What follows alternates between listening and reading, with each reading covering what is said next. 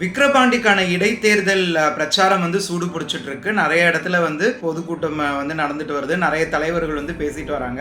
சமீபத்தில் திமுகவோட அமைச்சர் உதயநிதி ஸ்டாலின் அவர்கள் பிரச்சாரத்தில் ஈடுபட்டு இருக்கும் போது ஒரு வார்த்தை சொல்றாரு. அதாவது தமிழகத்துல 1000 முறை நரேந்திர மோடி அவர்கள் பிரதமர் வந்தா கூட தமிழகத்துல பாஜகவால காலூன்ற முடியாது அப்படிங்கிற ஒரு கருத்தை அவர் தெரிவிக்கிறாரு. அவருக்கு ஸ்டாட்டிஸ்டிக்ஸ்லயே நம்ம பதில் கொடுப்போம். அதாவது தமிழகத்துல மொத்தம் 69,000 பூத்துகள் இருக்கு. அதுல கிட்டத்தட்ட 7,167 பூத்துகள்ல தமிழகத்துல பாஜக முதலிடம் பெற்றிருக்கு. இரண்டாம் இடம் 18,086 பூத்துகள்ல இரண்டாம் இடம் பிடிச்சிருக்கு. 78 சட்டமன்ற தொகுதிகள்ல பாஜக இரண்டாம் இடம் பிடிச்சிருக்கு. அதே மாதிரி 48,85,000 ஓட்டுக்கு அதிகமா பாஜக மட்டும் தனித்து பெற்றிருக்கு.